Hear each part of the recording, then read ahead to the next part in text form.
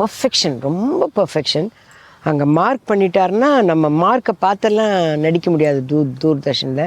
அதனால் அது எப்படி வந்து நிற்கணும், எல்லாம் பாடி லாங்குவேஜ் எல்லாமே எனக்கு சொல்லி கொடுத்தவர் கோபாலி சார். நேட்டிவிட்டின்னா என்ன, நேட்டிவிட்டியில் எப்படி நடப்பாங்க, இந்த பாடி லாங்குவேஜ்னெல்லாம் பசங்க சொல்கிறாங்களே இப்போது, அதுனா எப்படி இந்த கெமிஸ்ட்ரி ஃபிசிக்ஸ் எல்லாம் சொல்கிறாங்க பாருங்கள், அதெல்லாம் அப்போல்லாம் எனக்கு அதெல்லாம் தெரியாது, இப்போவும் தெரில, அதுதான் உண்மை.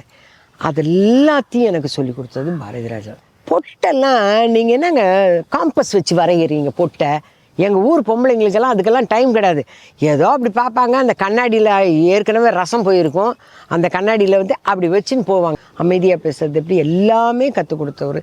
ஒரு ரஃப் கேரக்டர் பண்ணுறதுக்கு நான் இந்த அளவுக்கு ட்ரெயின் ஆயிருக்கேன்னா அதுக்கு முழுக்க முழுக்க முழுக்க முழுக்க பாரதி ராஜா சார். ஆக்சுவலாக ராதிகா சூப்பராக பண்ணிச்சு அந்த சீன். அது அழறதை பார்த்தோன்னே எனக்கு தாங்க முடியாமல் அதை கட்டி பிடிச்சின்னு அழுவேன். அந்த மாதிரி ஸ்பாட்டில் வந்து தான் டைலாக் சொல்லி கொடுப்பாரு, மெதுவாக சொல்லி கொடுப்பாரு. நிறைய டைரக்டர்ஸ் பற்றி ஷேர் பண்ணீங்க. நம்ம லெஜெண்டரி டைரக்டர் மகேந்திரன் சார், மெட்டிவலி. நான் நிறைய டைரக்டர்ஸ் பற்றி சொல்ல, பாக்கியராஜ் சார் பற்றி மட்டும்தான் சொன்னேன். பாரதி ராஜா சார் பற்றி Bharathi Raja sir, Gopali sir first எனக்கு நடிப்பு சொல்லி கொடுத்த. கோபாலி சார் எப்படின்னா, அவர் வந்து இங்கிலீஷ் பிளேலாம் போட்ட ஒரு டைரக்டர். பர்ஃபெக்டாக இருக்கணும், பர்ஃபெக்ஷன், ரொம்ப பர்ஃபெக்ஷன். அங்கே மார்க் பண்ணிட்டாருன்னா நம்ம மார்க்கை பார்த்தெல்லாம் நடிக்க முடியாது தூர்தர்ஷனில். அதனால் அது எப்படி வந்து நிற்கணும், எல்லாம் பாடி லாங்குவேஜ் எல்லாமே எனக்கு சொல்லி கொடுத்தவர் கோபாலி சார். அதுக்கடுத்து பாரதி ராஜா சார். எனக்கு நேட்டிவிட்டின்னா என்ன, நேட்டிவிட்டியில் எப்படி நடப்பாங்க, இந்த பாடி லாங்குவேஜ்னெல்லாம் பசங்க சொல்கிறாங்களே இப்போது, அதுனா எப்படி இந்த கெமிஸ்ட்ரி ஃபிசிக்ஸ் எல்லாம் சொல்கிறாங்க பாருங்கள், அதெல்லாம் அப்போல்லாம் எனக்கு அதெல்லாம் தெரியாது, இப்போவும் தெரில, அதுதான் உண்மை. அது எல்லாத்தையும் எனக்கு சொல்லி கொடுத்தது பாரதி ராஜா. ஒரு கதை சொல்லும் போது இந்த கதை எங்கே நடக்குது அப்படிங்கிறத உள்வாங்கிட்டு அவங்க எப்படி இருப்பாங்கங்கிறத டைரக்டர்கிட்ட கேளு, டைரக்டர் சொல்லனா கோ டைரக்டர்கிட்ட கேளு, அவங்க சொல்கிறத வச்சு அந்த நேட்டிவிட்டிக்கு ஏற்ற மாதிரி இருக்கணும். இப்போ பார்த்தீங்கன்னா யாரையும் நான் குறை சொல்லலை, ஆனால் அது பார்க்கும்போது நெருடலாக இருக்குது. எங்கள் டைரக்டர் சொல்வார், பொட்டெல்லாம் நீங்கள் என்னங்க காம்பஸ் வச்சு வரைகிறீங்க பொட்டை? எங்கள் ஊர் பொம்பளைங்களுக்கெல்லாம் அதுக்கெல்லாம் டைம் கிடையாது. ஏதோ அப்படி பார்ப்பாங்க, அந்த கண்ணாடியில் ஏற்கனவே ரசம் போயிருக்கும், அந்த கண்ணாடியில் வந்து அப்படி வச்சுன்னு போவாங்க. நீங்கள் என்னங்க காம்பஸ் வச்சு வரைகிறீங்க? இப்படி தான் சொல்லி கொடுத்தாரு.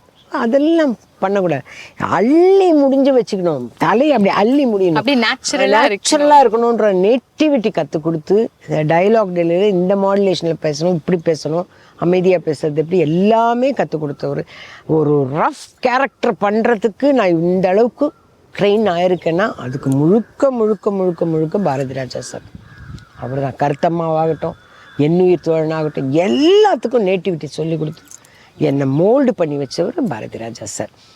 மகேந்திரன் சார் இதுக்கு நேர் கான்ட்ராஸ்ட். ஆமாம், அமைதி. ஓகேவா, நம்ம அழறது கூட அம்மா அப்படின்னு அந்த எமோஷன் முகத்தில் தெரியணும், வாய்ஸில் தெரியக்கூடாதுன்னு அப்படி எங்களை எடுத்தார்.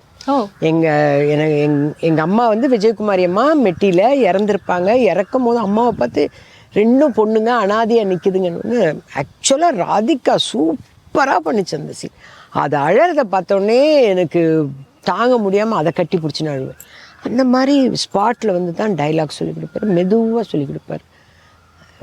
லேக்கா, என் பேர் லேக்கா. அதில் லேக்கா இங்கே வந்து நில்லு, என்ன சொல்கிறாரு டைரக்டர்னு நான் காதை இப்படியே எடுத்துன்னு போவேன். அவ்வளோ சாஃப்ட்டு மகேந்திரன் சார்.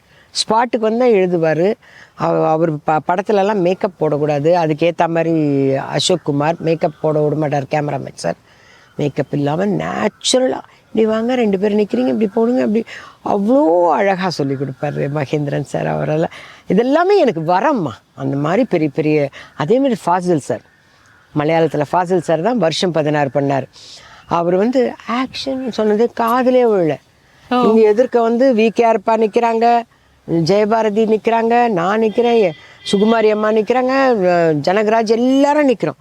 நான் குஷ்புவோட செகண்ட் ஃபிலிம் அது. நான் இப்படி இழுத்துட்டு வந்து நான் தான் டெல்லியிலேருந்து வர்ற அத்தை. அவர் ஆக்ஷன் சொன்னோடனே நான் பேசுகிறோம், ஏன் காதலே விழல ஆக்ஷன். நான் நின்றுட்டே இருக்கிறேன். அப்புறம் விகேஆர்ப்பா, வடிவு டைரக்டர் ஆக்ஷன் சொல்லி 1/2 மணி நேரத்துக்கு மேலே ஆயிடுச்சு, பேசு. ஐயோ எனக்கு கேட்கவே இல்லை சார். அப்புறம் சொல்லிட்டார், சித்திக் நீ இனிமேல் ஆக்ஷன் சொல்லுன்னு சொல்லிட்டு சித்திக் லால் 2 பேர் இருந்தாங்க அவரோட அசோசியேட்டாக. சித்திக் சார் தான் எனக்கு ஆக்ஷன் சொல்வார். ஏன்னா ஃபாசில் சார் அவ்வளோ சாஃப்ட், அவ்வளோ சாஃப்ட்டு.